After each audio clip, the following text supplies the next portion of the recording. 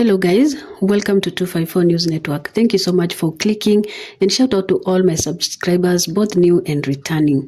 Guys, power belongs to the people. I will keep reminding you mpaka tufike 2027. Take your notebook and start writing down the names of credible leaders that you see fight tirelessly for your rights, because we are the prize. We have the final say. Now, today's emerging story is that Ojwang was tortured in Karura Forest, that after being brutalized, he slipped into a coma, and those responsible panicked, underline the word panicked, and brought him back to the police station. Then somehow he died in the cells. I will say this loud and clear.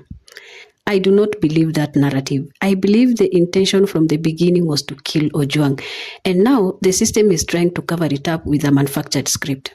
You abduct a man, torture him in a forest, he falls into a coma, and suddenly you grow a conscience and return him to the police station?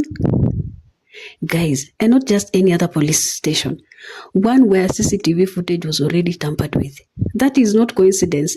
That is a setup right there. That is an operation with planning, confidence, and serious backing. Then they tell us he killed himself in custody. Kwanza hapo kwa eti they panicked. And that's when they decided to take him back to the central police station. If you are truly panicking and trying to save someone, you take them to the emergency room, not a jail cell. If this story was done by another credible media house, I'd have believed it. But imefanywa na the Star newspaper.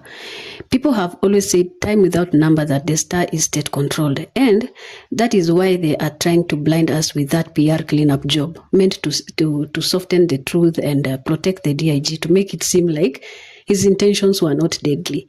But let me tell you, if Ojwang's arrest hadn't already been public knowledge, he would have been dumped in that forest. That forest part might be the only truth about this whole story.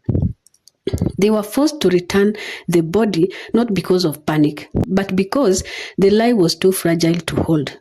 Guys, what kind of justice system loses citizens and then say, oh, they took their own lives? How did you sit down and decided this is the lie that will sit well with Kenyans? You didn't even struggle to cover it up. This can only mean one thing. That kind of confidence only comes from someone high up giving them cover. And let's not pretend timing doesn't matter.